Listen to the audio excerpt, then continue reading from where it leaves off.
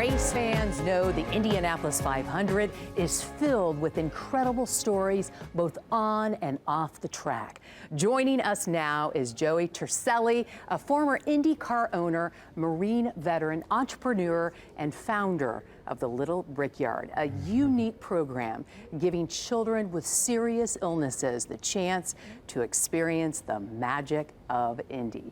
Joey, thank you so much for coming in today. Oh, thank you for having me, Stacy. I appreciate it. Excited. It all started when you were 11 years old, right? You attended your first race. Yes. IndyCar race. IndyCar race. And a neighbor took my brother and I. Okay. And Mr. Flick and his two boys, we all hung out, you know, and we were causing trouble, I'm sure, but at the same time, you know, he says, "Hey, boys, get in the station wagon." You know, it was the old cooler days. Station wagon. Yeah, the old did it have the wood panels on it? Oh, it did. Of course. It did. My grandpa had one too. Grandpa JL, he had yeah. Mm-hmm. Yeah, I had 6 brothers and sisters, so when we loaded up, it was, you know, my brother and I in the back, and no seatbelts. No seatbelts. Nope. No. But we attended, you know, hanging on the fence, watching all the legends driving, Mario Andretti and Johnny Rutherford, AJ Foyt, all those guys, you know, so it was kind of the big ones. I enjoyed it. I mean, it was a great thing that happened, and as you know, that came back around a different path when I got into the business world after the Marine Corps. Yeah, because you were a Marine. That's right. Yeah. Thank you so much for your service, by the way. Oh, you're welcome. Very, very welcome. And you know, once a Marine, always a Marine. Yeah, Stacy, most definitely. You know, so just remember that now. I will. Because you said "were." I just want to make sure. Once a Marine, always. Always. So, yeah. Yeah. Then my husband's in law enforcement, so I should say the same with him too, right? Yeah. You know, he's retired. My youngest daughter is a sheriff deputy now in Colorado Springs. Isn't that something? That's fantastic. And she served in Iraq, Afghanistan. She was a Navy CB, Brianna, and got out. She's still in the reserves, and now she's serving the community as a sheriff deputy. And I have a son, Gianni Truscelli. Gianni, the Italian, right? Gianni, yeah, he's in boot camp right now in Chicago with the Navy. Wow, you should be so I have proud. another son in fire school in Phoenix. I mean, if anybody needs protection, just call the Truscellis. Just call you. You've got it covered. That's right. Yeah. So then you decided to be a car owner. Yes. Tell me how that went. So you had like Bugs Bunny. It was Warner Brothers, right? We had Warner Brothers, and Roberto Moreno drove the car. I had Jacques Lazier as well, and even had Brian Tyler. You know, Brian was a good driver as well, but I had a business, and after several years of running a company, you know, I was starting to get a little bored, and so I started. You sound like me. I get bored easy. There were a couple local tracks in Colorado Springs, and so I started buying older Indy cars, and then I got hooked up with the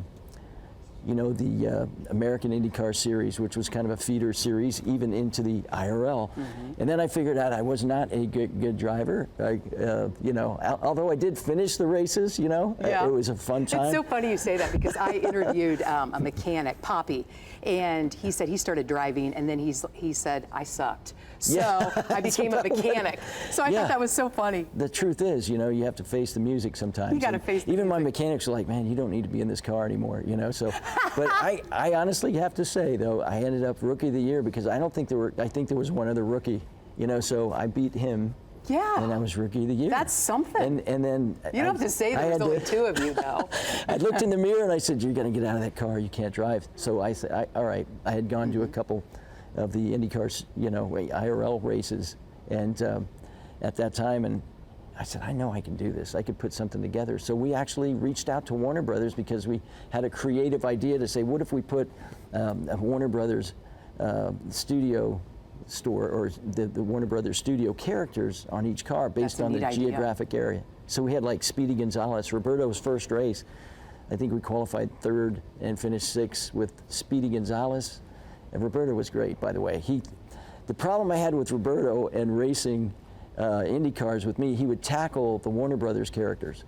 I'm not kidding. Really? Yeah, he would try to tackle. We'd have to hold on to him. Seriously? You know, he was Roberto Moreno. If anyone out there knows Roberto, he knows. Anyway, that's a fun time. But anyway, it was a fun run. And we finished, I think, 11th in points in '99. Which was good. Yeah, 3 points, you know, behind AJ Foyt's team. AJ and I became friends. It was fun, and it looks like we've got some pictures of some of the little Brickyard kids. Yeah, so talk about that. After you, you know, were an owner, that ended what, after 9/11? 9/11. Yeah. 9/11, we lost our sponsorship. That's right. And most importantly, of course, a lot of people got hurt, you know, and so that was minor compared to what other people were going through.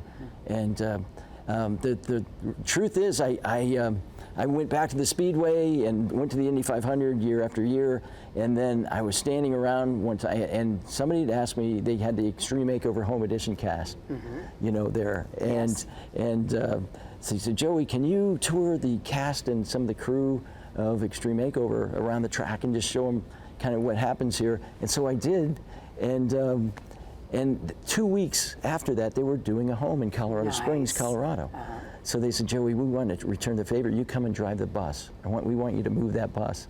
So I went to Colorado Springs. I just went home, and they said, move that bus, and I was love that show. Yeah. So Ty Pennington, Paige, Hemis, all of them were there, and we just had a great time.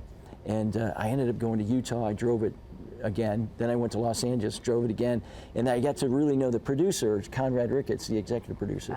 And I said, Conrad, what about the giving side of racing? Could we do something with that? And that's where you decided the Little Brickyard. Yeah. And having people with disabilities feel a part of the race, right? Right. Well, I actually, long story short here, I met a little boy through Bob Hills at the Speedway. He was the in charge of and the pastor for IRL ministry, a boy who had leukemia in Munster, Indiana, Stevie Malusnik. And Stevie wanted me his favorite driver, and I said, hey, Conrad just go shoot one. I think he was trying to get rid of me, honestly. He just said, yeah, Joey, go shoot one. So we did. You did? know? Yeah, we did. And Stevie got to meet his hero, Dan Weldon. Yeah.